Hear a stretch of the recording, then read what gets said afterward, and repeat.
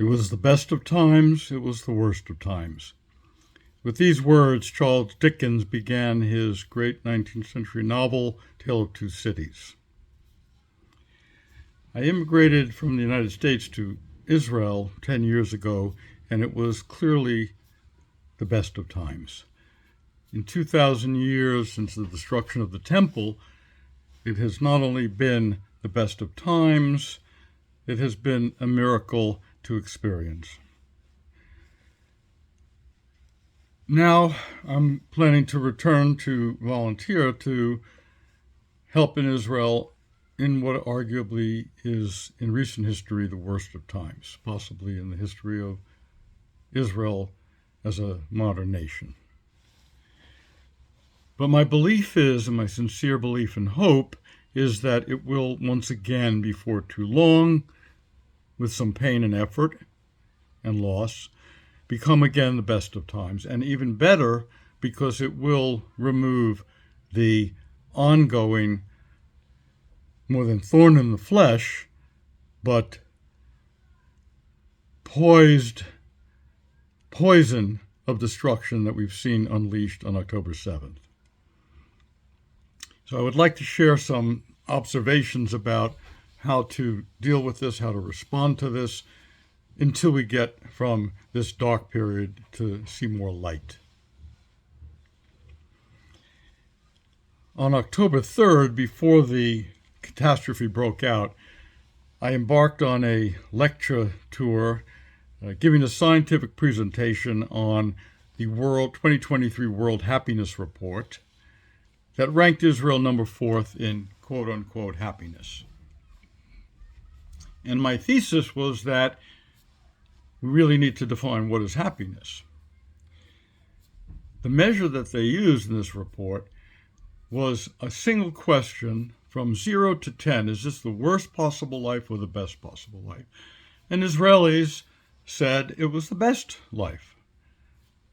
Thinking about it, where would it be better? Not in Uganda. We gave that up decades ago, if you know the history. It's not Hawaii. I have friends who have come from Hawaii, and they are just so ecstatic to be in the best place for them. Herb Keenan in the Jerusalem Post correctly interpreted this to say that what the Israelis were interpreting as the best life was the most meaningful life. That's not necessarily the happiest in terms of being, joyful, exuberant, laughing, and so on. Not to say that it doesn't exist, it does, but not necessarily number 4. 4 in life satisfaction as defined by a meaningful, purposeful life. My life research has been on positive and negative emotion, happiness, coping with adversity, but specifically focusing on the positive and negative emotion. If we look at that measure, and they included it in the study, Israel on positive emotion finished 114th out of 137. Very, very low, literally almost bottom crawler. The good news is that in negative emotion, we finished also very low. If you have a country that has dealt historically for millennia, or people for millennia with adversity, with pogrom, etc., you had to be able to manage negative emotion to survive and maintain sanity, and we have that emotional skill. But as far as positive emotion, we really need an upsurge, an uptick in positive emotion. And this study was done before judicial reform, which clearly would change the emotional happiness for many. Not to speak of now for everybody, emotional happiness is going to be affected negatively. But we can return to that to deal with the negative, but also to learn ways to increase the positive emotion.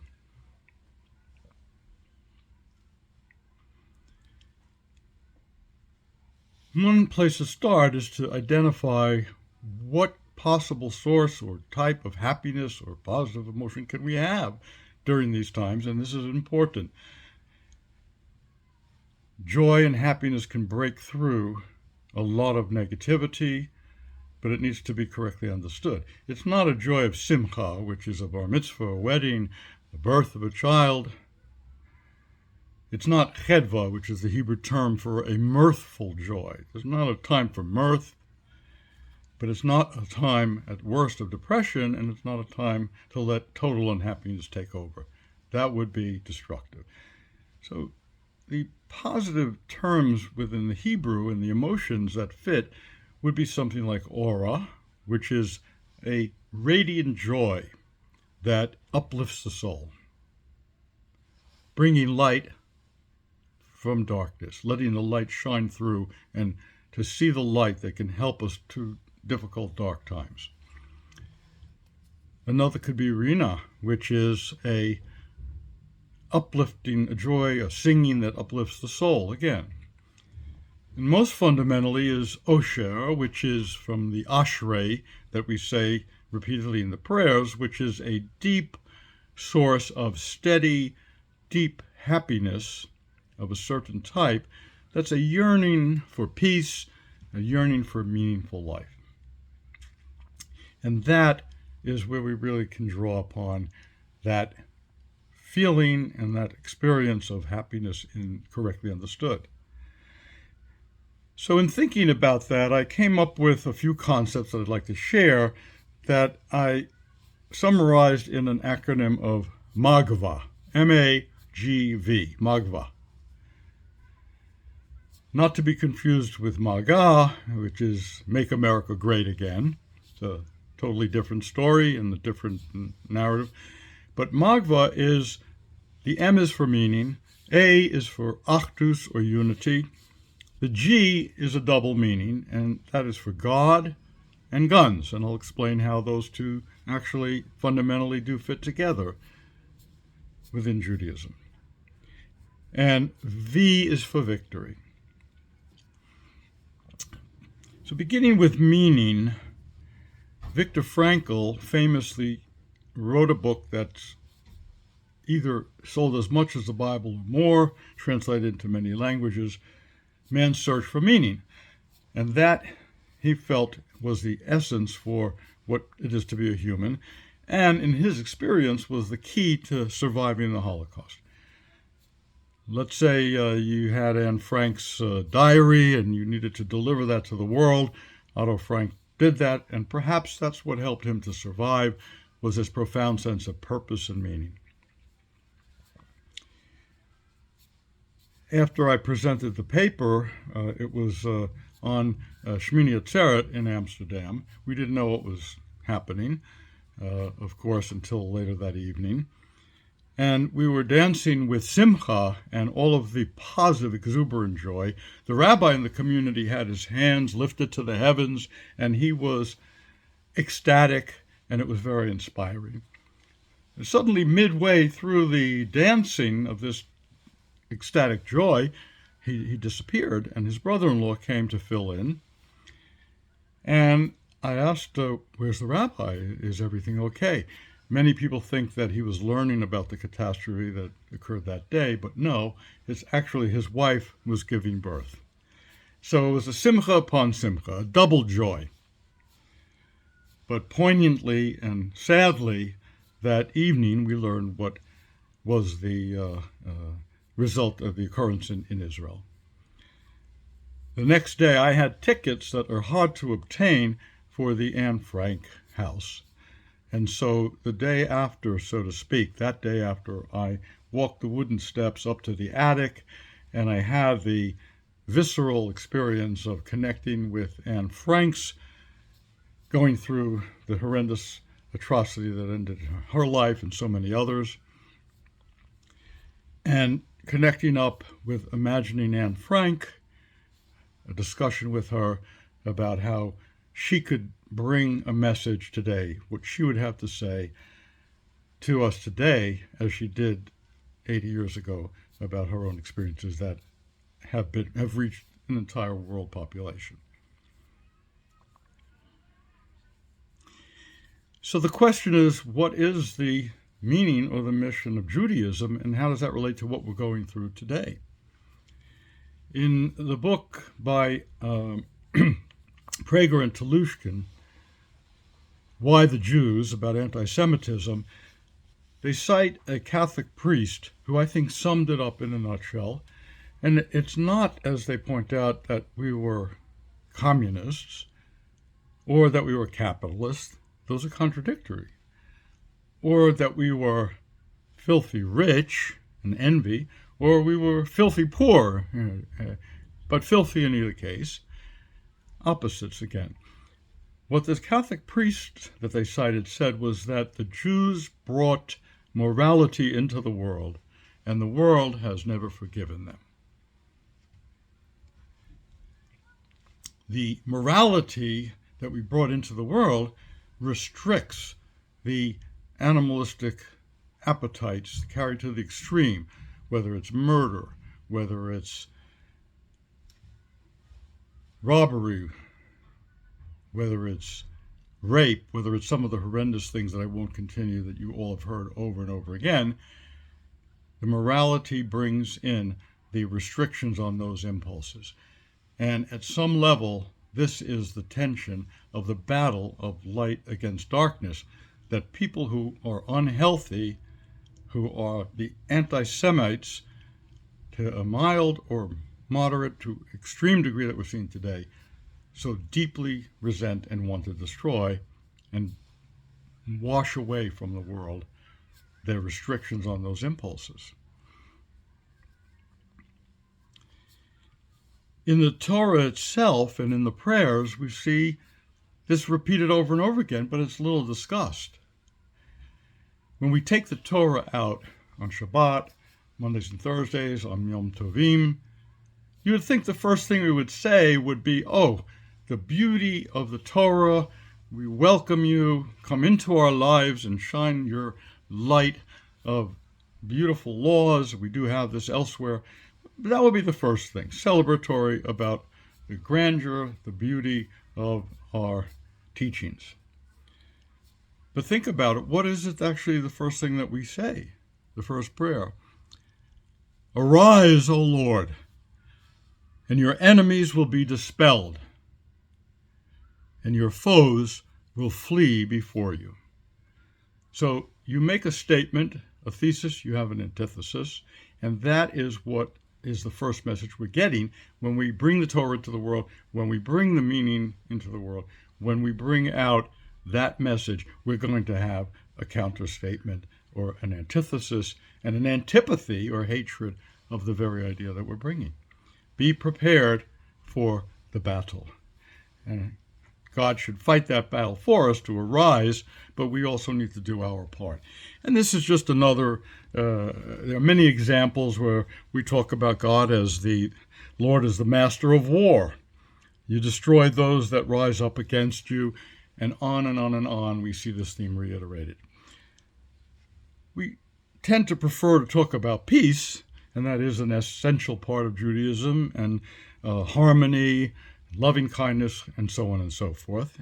All good, but we do need to recognize that we are engaged through millennia of a battle that is meaningful, important, and really central to Judaism, that we're really involved in a battle not against just Hamas, not against Hezbollah, not only against Iran, and although many of them profess to share the meaning of peace and loving kindness, the behavior that we see of some and many contradicts that and reveals the hypocrisy of that. We're involved in a battle of morality versus murder, of love versus hatred, of sanctity versus sadism, dignity versus depravity, of blessing versus bestiality, brutality, and barbarism. Ultimately, of life versus death. Life culture versus death culture. I don't need to cite instances that show and document unequivocally to anybody that's willing to open their eyes and see that's occurring in the current battle, that this is the case of that battle, ultimately of life versus death culture. When we have this perspective, it doesn't immediately bring a sense of happiness and joyfulness. It's not very, very, on surface, good news. But it is because it is the meaning that Viktor Frankl talked about that we need to really solidify and deepen our belief, especially because any battle will come with casualties. And we've had too many of them already, and we will continue to have, as been said by many and observed. But unfortunately, we need to fight the battle, and we can only help ourselves by strengthening that sense of meaning and purpose so that we can maintain that source of leading a meaningful life despite the adversity and difficulty. Holding on to that thought, because it is key and central, I believe, to maintaining not just equanimity, but a positive state of mind, is achdus, or unity. There's a lot of talk in the news about the day after. I hear it over and over again, and it's important. But the central theme is to win the battle, to free the hostages, and then the day after, we do need to think about it. If we don't, we have a situation that could lead to just getting stuck in muck and mire, and so on. I'm not going to go into that. All the commentators and pundits have been dealing with that. I'll leave that to the politicians. I'm a psychologist.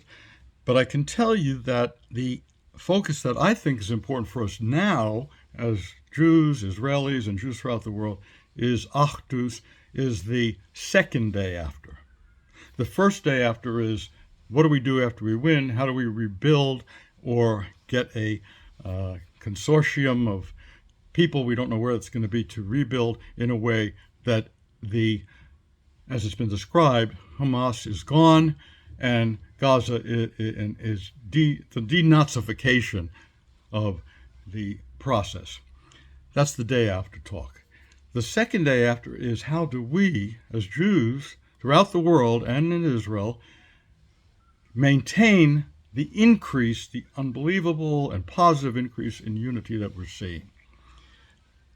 Commentators have said, I have not seen Israelis as unified in the last 50 years, and that's true, and it's very positive.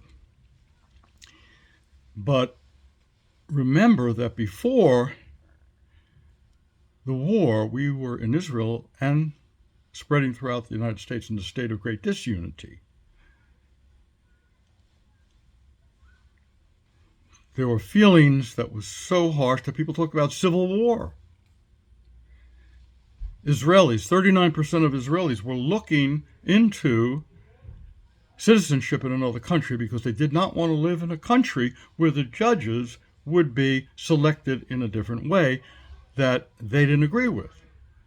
Whatever your position on that disunity to that degree of civil war, we're not talking about slavery. We're not talking about abortion as killing or murdering versus respecting a woman's rights of her body. Not debating any of that.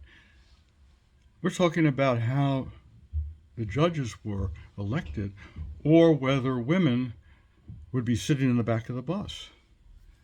Couldn't we compromise and find some resolution to that? Is that a source for disunity? Well, it had become that. And now that disunity is gone, at least for now. In a very different era and context, Benjamin Franklin, when he came out of the Congress that was establishing what the future of the United States would be politically, a woman asked, "Oh, Mr. Franklin, do we have a republic?" And his response was, "Yes, madam, if you can keep it."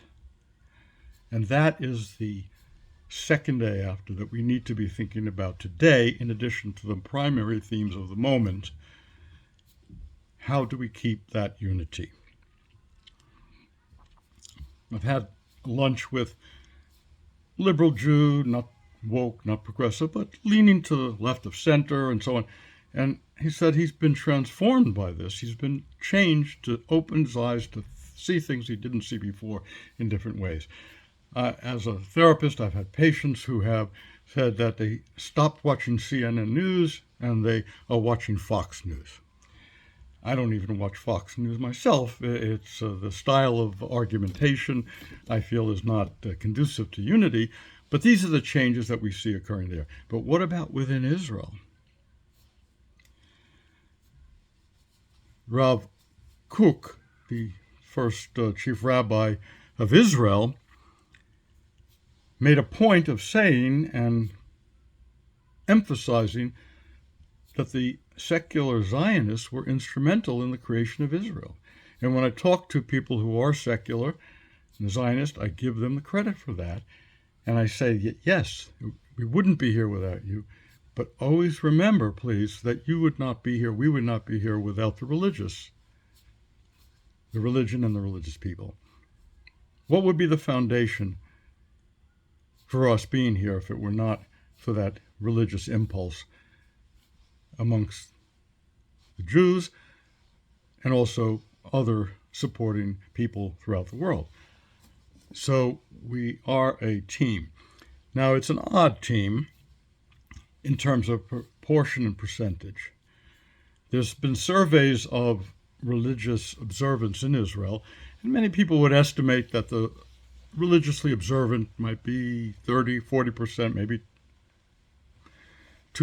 one-third, whatever. The fact of the matter is the survey vary between 18 and 23 or 4%.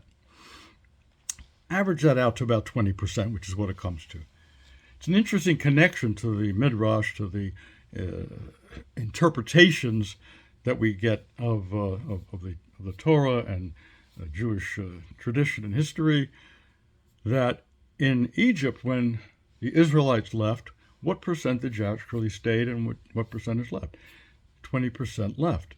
So we have a curious mathematical constant. What exactly it means, I don't know. Maybe we need another 5% to get to the Messianic era, or maybe we need to get up to over 51%. But whatever it is, it's a curious constant.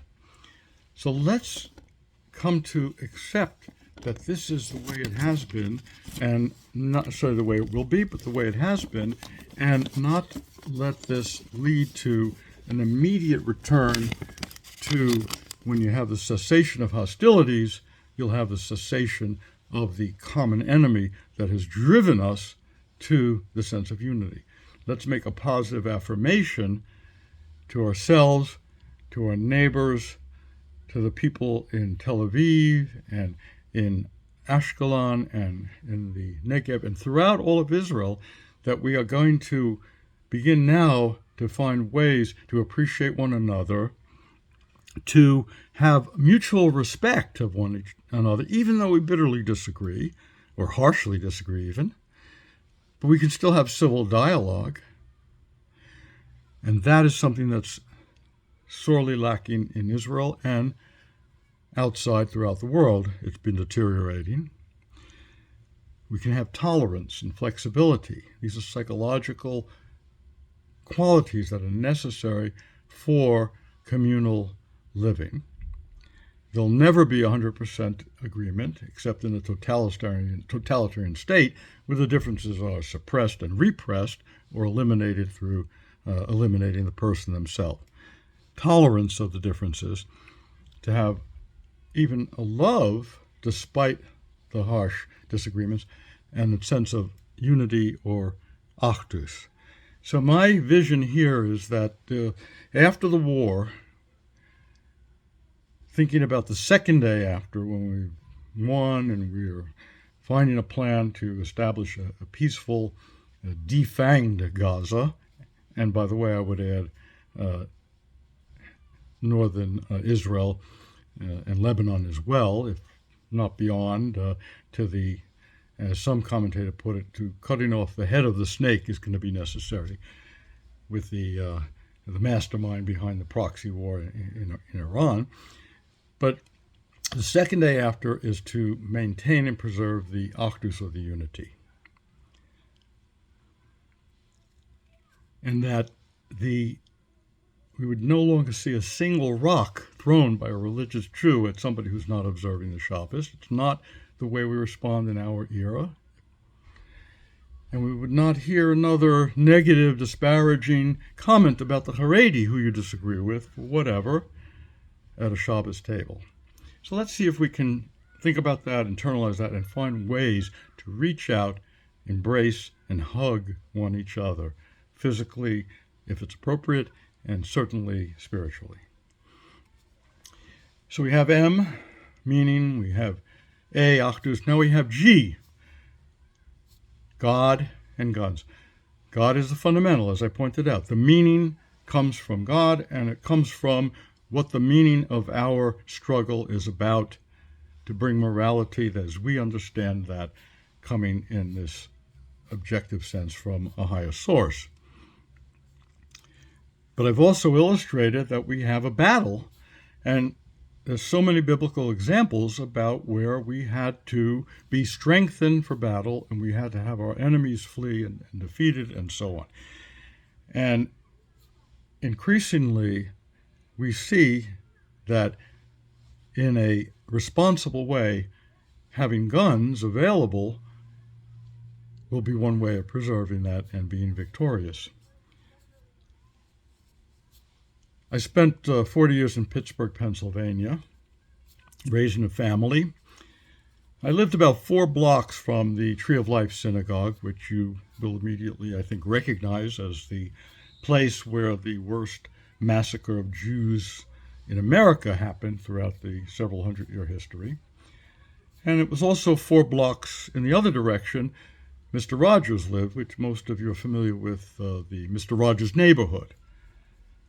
It's a beautiful day in the neighborhood, peace, love, and empathy. That's Mr. Rogers. Okay, so it's not going to happen in Pittsburgh, not in Mr. Rogers' neighborhood, and really the murder rate is lower in Pittsburgh than Philadelphia and through most other cities. It's really a storybook place when I came here. But if so, when they murdered the black Christians in Charleston, South Carolina, although I didn't have interest in guns at the time, I wasn't vehemently opposed, just didn't feel a need, not interested. I got a gun license, I started carrying, but only in Jewish settings. Didn't feel a need for it at other times. And so, although I didn't think it would happen in Pittsburgh, I did think it could happen in Pittsburgh. Enough that it might happen in Pittsburgh, and it did. So, in February of this year, I wrote an article called More Guns in Israeli Hands. When I moved to Israel, the law was that a new immigrant, had to wait 3 years, and then, if you're still alive, you could apply for a gun license, and they'll consider it. I live in an area that justifies or would allow having a gun, but you have to see if you're still alive in 3 years, and then you can apply. Since this conflict, they've eliminated that law, and new immigrants can immediately apply. My thought, and I think it's hard to argue with, is that if there were 10% more Israelis who were armed, how many casualties and how many hostages would have been saved from the ordeal? And some people say, well, but are you sure you'd know what to do with a gun? And what is it really going to help? And I say, and if you don't have a gun, we know what happens there. So I encourage you to think about that, to take a step towards increasing your life and ultimately increasing the chance of protecting oneself to not be the passive victim, as was the case with the Frank family and the millions of others who had no way of defending themselves. And to see that this is an inherent part of the self-protection and the battle that we Jews have been involved with, are involved with, and hopefully will not be involved with in the imminent future.